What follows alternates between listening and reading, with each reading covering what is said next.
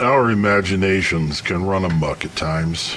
We see things. We see faces and toast and animals and clouds. I once heard that this was a part of our animal instinct, left over from a dangerous time in our history when we were constantly on the lookout for vicious predators.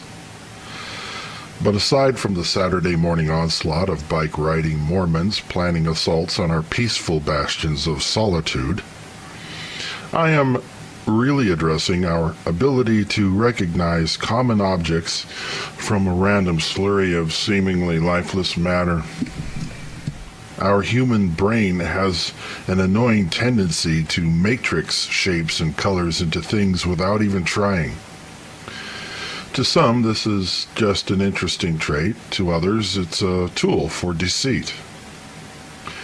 Well, we are all human, though, and as such, we can fall for all kinds of scams, and there are people who rely on our gullibility as a way to make their living. Now, if you dished out money for a DVD about the moon, created by Jose Escamilla, with the hopes that it was an honest and truthful representation of the moon, then you were ripped off. If you laid out cash to hear Jose speak at a conference thinking he may have some insightful wisdom to disperse, then you were ripped off. Jose Escamilla makes his living off of inventing and marketing bullshit. Here is an excerpt of Jose talking about some exciting and wondrous things that exist on the moon. He is relating this to his accomplice, Mr. George Norrie of the Coast to Coast AM radio show, a show that readily solicits pseudoscience, cryptozoology, ufology, and just about any off-the-wall poppycock that won't fit the regular-size box. Structures or pyramids and Stonehenge-looking things. I found some humanoids on the surface of the moon that oh my gosh, are miles high. And I don't want to go out on a limb, but yes, I do. I have evidence from NASA that suggests these giants exist, and also miniature people. I'm talking people that are little people that the astronauts went over there and stomped on their little cities. You know that movie Twilight Zone? I love it. Okay, I found some stuff. I guess, how could I say it? The astronauts were on a mission, and they collected not only buildings and structures, but they also collected little people. And I'm talking maybe an inch or 2 inches tall. All right, I'm looking forward to this one. I'm going out on a limb, but you know what? Yes, you are. I know what I saw. In his video about the moon, Jose shows a crater and tells the viewer that NASA deliberately blurred a section to hide what was there.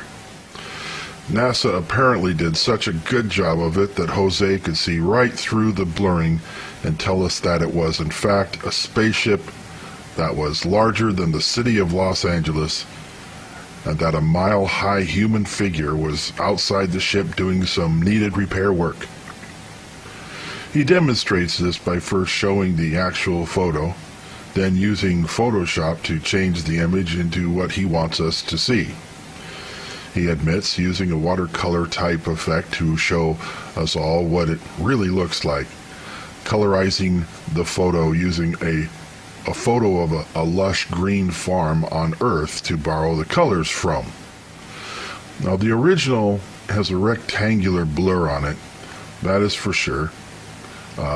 This secret obscuring of the so-called spaceship was so devious, they deliberately made it blend in with the surrounding area.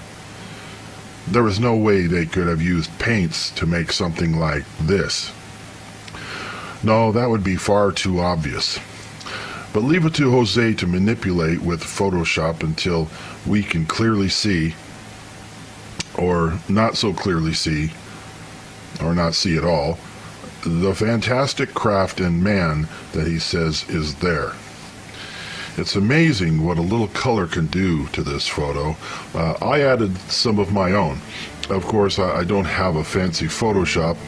I had to use Windows Paint. I thought the red cardinal was very interesting. There may have been a population of baseball players living on the moon at one time.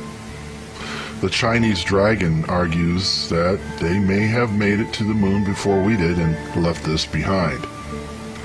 Now there is an angry troll to the left of the cardinal. Did you see it? Here he is. Since Jose added detail, I thought I would help him out a bit and add some more. The mile-high fellow is obviously Paul Bunyan, working on a steam-powered lumber donkey.